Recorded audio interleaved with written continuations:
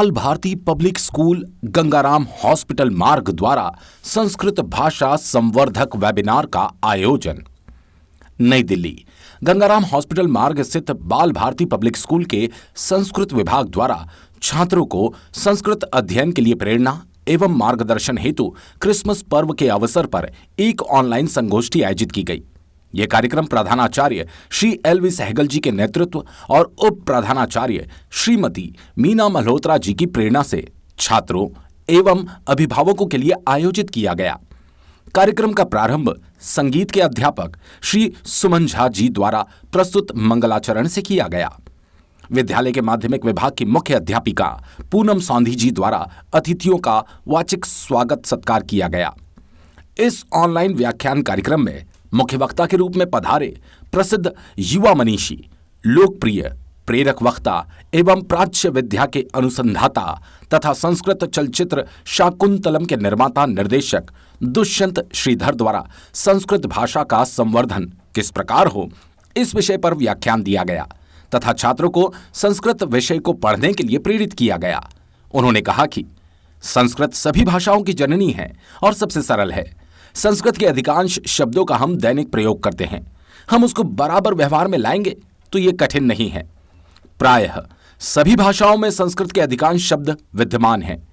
कार्यक्रम में दूसरे मुख्य वक्ता के रूप में उपस्थित हरियाणा के ऋषि हुड विश्वविद्यालय के राष्ट्रम स्कूल ऑफ लीडरशिप के प्रोफेसर श्री संपदानंद मिश्र जी द्वारा संस्कृत संवर्धन विषय पर गंभीर प्रकाश डाला गया।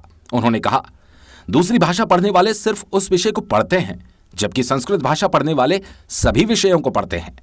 संस्कृत ही एकमात्र विषय है जिसमें योग शास्त्र की पढ़ाई वर्षों से हो रही है।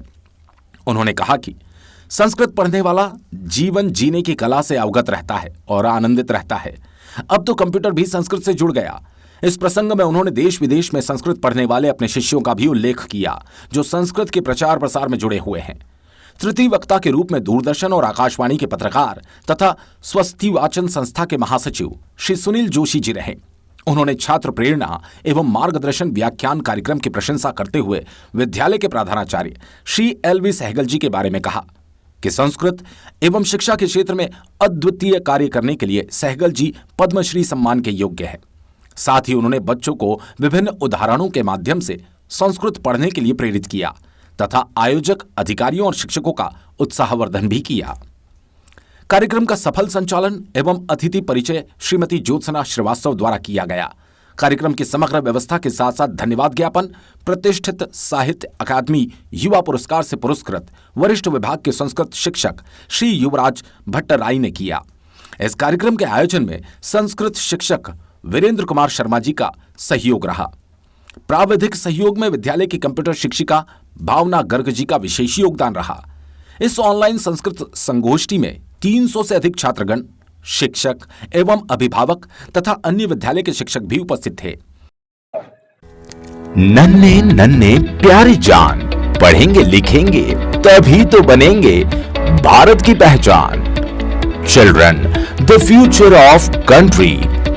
एडमिशंस ओपन हो चुके हैं पुष्प विद्यालय आष्ठा में। क्लास नर्सरी से क्लास 12वीं तक एडमिशंस ओपन। सीबीएसई एजुकेशन, बच्चों के सर्वांगीण विकास के लिए कन्नौद रोड आष्ठा पर स्थित पिछले कई वर्षों से संचालित एक ऐसा विद्यालय बच्चों को गुणवत्तापूर्ण शिक्षा प्रदान कर रहा है।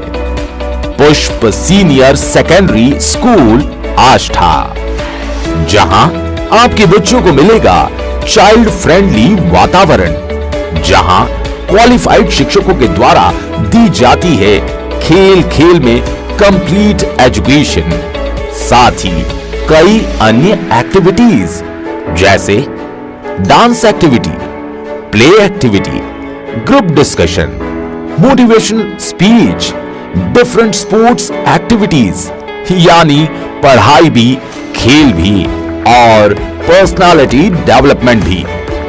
पुष्प सीनियर सेकेंडरी स्कूल लाया है बेस्ट क्वालिटी की biology lab, physics lab, chemistry lab, library, सुसज्जित कंप्यूटर लैब, बड़ा स्पोर्ट कैंपस, आरओ वाटर, और बच्चों की सुरक्षा के लिए सीसीटीवी सर्विलांस, ऑनलाइन क्लासेस। तो बच्चों के सर्वांगीण विकास के लिए पहुंचे कन्नौद रोड पर स्थित सबसे सर्वोच्च विद्यालय Pushp senior secondary school Ashta.